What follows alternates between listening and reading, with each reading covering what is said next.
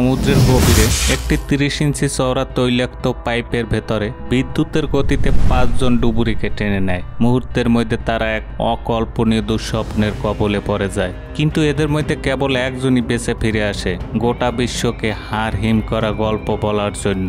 একজন ডুবুরির কাপড়ে GoPro camera লাগানো ছিল, যেটাতে পুরো ঘটনাটির এক্সাক্ট মোমেন্ট রেকর্ড করা হয়। আর এই রেকর্ড করা ফুটেজ দেখলে আপনার পায়ের তলার মাটি সরে যাবে। এই ভিডিওতে মন গড়া কোনো কাহিনী বলা হয়নি, এটি একটি অবিশ্বাস্য বাস্তব ঘটনা।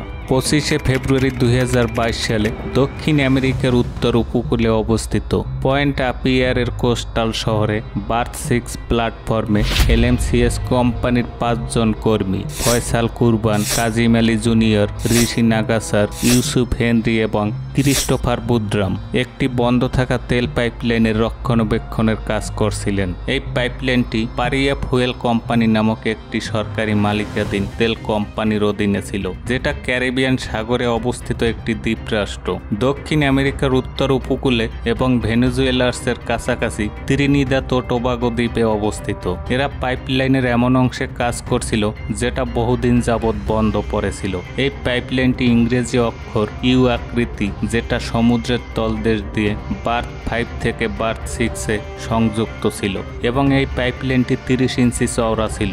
এই পাইপটিকে বার্থ 5 থেকে বার্থ 6-এ ক্রুড অয়েল ট্রান্সপোর্ট করার জন্য ডিজাইন করা হয়, যেখানে তেল শোধনাগার রয়েছে। সেই দিন এই 5 জন কর্মীর কাজ ছিল পাইপলাইনের ভিতরে অংশ প্রবেশ করে রিপেয়ারিং করা, যার জন্য তাদের প্রথম কাজ ছিল সমুদ্রের জল থেকে পাইপকে আলাদা করা। এই কাজ করার জন্য তারা একটি বিশেষ হেভিটেড বোল্টকে পাইপের উপরে রাখে। এই সিস্টেমের সাহায্যে এয়ার প্রেসার ছাড়া হয়, যা সমুদ্রের জলকে পাইপ থেকে বাইরে বের করে দেয় আর পাইপের ভেতরটা একটা শুষ্ক জায়গায় তৈরি করে দেয়, আর যেখানে দাঁড়িয়ে কর্মীরা কাজ করবে। এই হেভিটেড মেশিনটি 8 ফিট বাই 8 ফিট কিউব আকারের ছিল, যেটাকে পাইপের উপরে রাখা হয়। আর এই পাইপের ভেতরটা ঠিক এই ধরনের হাইপারবারিক চেম্বার তৈরি হয়, যা ভেতরে কর্মীরা দাঁড়িয়ে দাঁড়িয়ে যন্ত্রপাতি বের করে সহজেই মেরামতের কাজ করতে সক্ষম। এই কাজের জন্য তারা অনেক অভিজ্ঞ ছিল।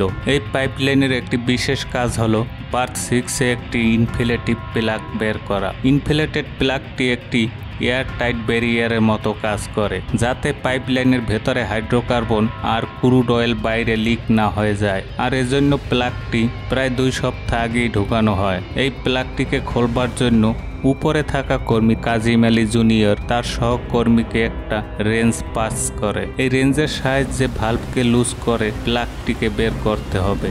আর ঠিক সেই মুহূর্তে প্লাগটি খুলল, তখনই পাইপলাইনের ভেতরে চাপের পার্থক্য এক ভয়ঙ্কর টর্নেডোতে পরিণত হয়, যাতে পাইপলাইনের ভেতরে এক বিশাল শূন্যস্থান তৈরি করে, যা প্রচণ্ড গতিতে পানি, বাতাস, যন্ত্রপাতি এমনকি 5 জন কর্মীকে তার গভীরতায় বিদ্যুতের গতিতে টেনে নেয়। টানটি খুবই শক্তিশালী ছিল এবং জলের একটি বন্যা ড্রাইভিং বেলের মধ্যে এসে স্থানটিকে মৃত্যু ফাঁদে পরিণত করে। আসলে তারা জানতো না, তারা যে প্লাগটি রিমুভ করতে যাচ্ছে তার নিচে ছোট ছোট জায়গাগুলো বায়ু দ্বারা পূর্ণ ছিল, কারণ পাইপের মধ্যে খুব অল্প মাত্রা তেল মজুদ ছিল। আর যখনই তারা প্লাগটিকে লুজ করে, ঠিক তখনই উপরে হাইপার ব্যারেকে থাকা হাই প্রেসার বায়ু নিচে পাইপে থাকা লো প্রেসার বায়ুর দিকে দ্রুত গতিতে আসতে থাকে, আর সেই সাথে সমুদ্রের জল প্রচণ্ড গতিতে পাইপটির ভেতরে প্রবেশ করতে থাকে। ফলে এমন এক জলের ঘূর্ণিঝড় সৃষ্টি হয়,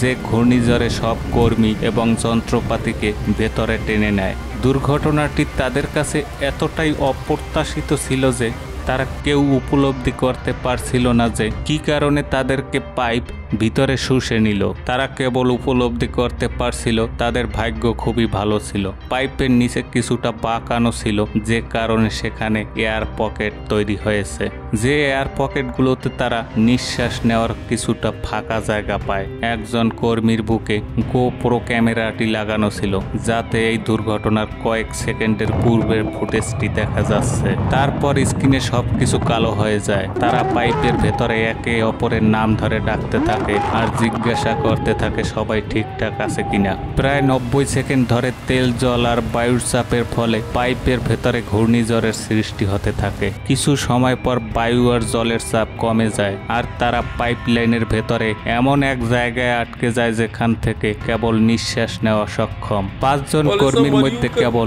একজনই বেঁচে ফিরে আসে আর সে একটি সাক্ষাৎকারে তার অবিশ্বাস্য ঘটনাটি বর্ণনা করে।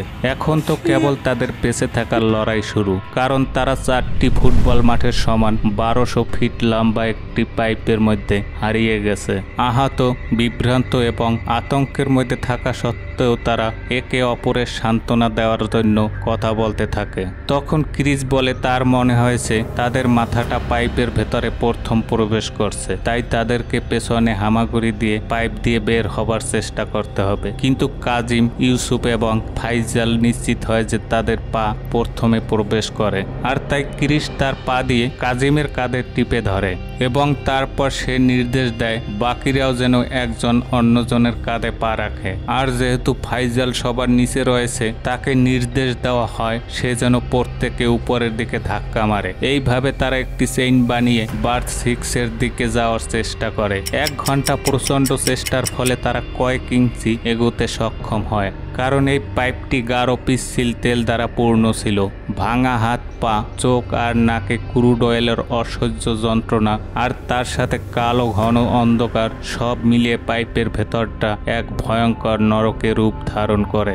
এভাবে কয়েক ঘন্টা চেষ্টা করার পর তাদের সামনে আরও একটি ভয়ঙ্কর বিপদ দেখা দেয়। তারা যতই সামনের দিকে এগিয়ে যাচ্ছিল, জলের চাপ ততই বেড়ে যাচ্ছে। তারা তাদের মাথাটিকে যতটা সম্ভব উপরের দিকে তুলে রাখার চেষ্টা করে, যাতে করে সামান্য জল এবং পাইপের ফাঁকা অংশটিতে নিঃশ্বাস নিতে পারে। কিন্তু লাইনের সামনের কর্মী লক্ষ্য করে যে নিঃশ্বাস নেওয়ার জন্য মাত্র 6 ইঞ্চি ফাঁকা জায়গা রয়েছে। পেছনে থাকা 2 কর্মী সবচেয়ে বেশি আহত ছিল। তারা অনেক কষ্টে নিঃশ্বাস নিচ্ছিল আর কাজিম আলী সামনে থেকে পুরো টিমকে লিড করছিল। তখন তারা ডিসাইড করে তারা তাদের নিঃশ্বাস বন্ধ করে সামনের দিকে এগিয়ে যাবে, যাতে তারা অন্য কোনো এয়ার পকেট খুঁজে পেতে পারে। তারই চেষ্টা তারা করবে। ক্রিস আর কাজিম সাথীদের প্রমিস করে যেমন করেই হোক তারা বাইরে বের হওয়ার পথ খুঁজে বের করবে আর বাকি সাথীদের উদ্ধার করতে কোনো না কোনো উপায় খুঁজে বের করবে। পরিকল্পনা অনুযায়ী এরা দুজন মাথাটা যতটুকু সম্ভব উপরে উঠিয়ে সামনের দিকে এগিয়ে যায়। এরপর নিঃশ্বাস বন্ধ করে জলের মধ্যে সাঁতার কেটে যতটা সম্ভব সামনের দিকে অগ্রসর হয়। বেশ কিছুক্ষণ সাঁতার কাটার পর তারা দ্বিতীয় এয়ার পকেটের কাছে পৌঁছায়। আসলে পাইপ বাঁকা হওয়ার কারণে কিছু কিছু জায়গায় এয়ার পকেট সৃষ্টি হয়েছে। তারা লক্ষ্য করে যে তারা দুজন প্রায় রাইজার পাইপের কাছে চলে এসেছে আর এটি তাদের বাইরে বের হওয়ার একমাত্র রাস্তা। ভাগ্যক্রমে তারা রাস্তায় 2টি অক্সিজেন ট্যাঙ্ক পেয়ে যায়, যেগুলো তাদের সাথে জলের ঘূর্ণিঝড়ের সময় পাইপের ভেতরে চলে আসে। তারা বাইরে বের হওয়ার জন্য 2টো অক্সিজেন ট্যাঙ্কের ব্যবহার করতে থাকে। কাজিম নামের ওই কর্মী গুরুতর আঘাত পাওয়ার কারণে কোনোভাবেই সামনের দিকে এগোতে পারছিল না, তাই তারা সিদ্ধান্ত নেয় ক্রিস একাই বাইরের রাস্তা খুঁজে বের করবে। তারপর সে পাইপের ভেতরে আটকে থাকা 4 জন বন্ধুকে উদ্ধার করতে রেস্কিউ টিমকে ডেকে আনবে। আর ক্রিস যে সবার আগে ছিল, তার অক্সিজেন ট্যাঙ্কটি বুকের কাছে রেখে আর ধীরে ধীরে সামনের দিকে এগিয়ে চলে। কিন্তু তার মনের মধ্যে হঠাৎই এক ভয় জেগে উঠে। কি হবে যদি এটা বার্থ 6 না হয়ে বার্থ 5 হয়? কারণ সে জানতো বার্থ 5-এ এখনো ওই ইনফিনিটিভ প্লাগ লাগানো আছে, যেটা না খুলে সে উপরে যেতে পারবে না। আর যদি বার্থ 5-এর দিকে এসে থাকে, তাহলে তাকে আবার পুনরায় বার্থ 6-এর দিকে ফিরে যেতে হবে, আর যেটা ছিল কল্পনার বাইরে। প্রায় 50 ফিট সাঁতার কাটার পর পৌঁছায়। এরপর সে তার সৃষ্টিকর্তাকে স্মরণ করতে থাকে আর শেষবারের মতো সে নিজেকে উপরের দিকে পুশ করে। ফাইনালি ক্রিস মুক্ত বাতাসে নিঃশ্বাস নিতে সক্ষম হয়। বার্থ 6-এ পৌঁছাতেই জোরে জোরে পাইপে ঘুষি মারতে শুরু করে আর অবশিষ্ট শক্তি ব্যবহার করে চিৎকার করতে থাকে। ক্রিসের ভাগ্য সহায় থাকায় সেখানে থাকা একজন ক্রু মেম্বার তার চিৎকার শুনতে পায়। এরপর শেকলার সাহায্যে তাকে সফলভাবে উদ্ধার করা হয়। খোলা আকাশের নিচে আসতেই ক্রিস তাদেরকে জানায় এখনো পাইপের মধ্যে 4 জন কর্মী আহত অবস্থায় এবং তারা জীবিত আছে, কিন্তু তারা খুবই খারাপ অবস্থায় আছে। ক্রিস যতটা সম্ভব 4 জন কর্মী আর তারা কি অবস্থায় আছে তা বিস্তারিত বর্ণনা করার চেষ্টা করে, কিন্তু দুঃখের বিষয় এলএমসিএস কোম্পানির সদস্যরা ক্রিসের করা বর্ণনা কোনো মতেই বিশ্বাস করতে পারছিল না। কোম্পানির সদস্যরা অনুমান করে পাইপটি তেল দ্বারা পূর্ণ রয়েছে আর যা অক্সিজেন রয়েছে কয়েক ঘন্টা পর্যন্ত কেউ সেখানে বাঁচতে পারবে, কিন্তু ক্রিসের বারবার অনুরোধ করার পরে ডুবুরিরা সমুদ্রে নামে আর পাইপের ভিন্ন ভিন্ন জায়গায় আঘাত করতে থাকে। আর এর উত্তরে পাইপের ভেতরে থাকা কর্মীরা পাইপের ভেতর থেকে আঘাত করতে শুরু করে, তাদের লোকেশন জানার চেষ্টা করে।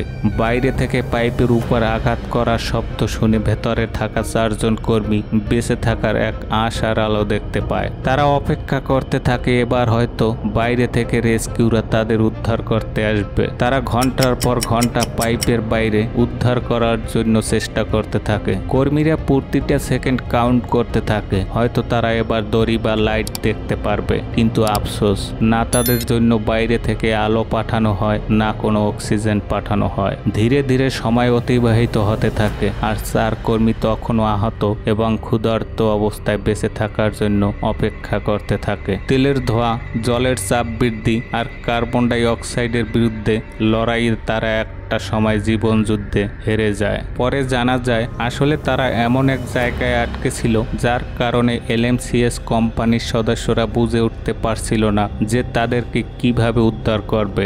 তাদের উদ্ধার করতে গিয়ে কোম্পানি বাকি ডুবুরিদের জীবন ঝুঁকিতে ফেলতে চাইছিল না, তাই কোম্পানি ওই 4 জনকে পাইপের মধ্যে মৃত্যুর জন্য ছেড়ে দেয়। এই অবিশ্বাস্য ঘটনার কয়েকদিন পর এলএমসিএস কোম্পানি 4টি মৃতদেহ উদ্ধার করে, যা তখনও পাইপের মধ্যেই ছিল। ময়নাতদন্ত করা হয়েছিল, কিন্তু প্রত্যেকের মৃত্যুর সঠিক সময়ে কেউ একমত হতে পারেনি। যদিও কিছু ডাক্তার অনুমান করেছিলেন একজন সোমবার পর্যন্ত বেঁচে ছিলেন আর এ দুর্ঘটনা ঠিক হয়েছিল শুক্রবার, মানে কোম্পানি চাইলে তাদেরকে উদ্ধার করতে পারত।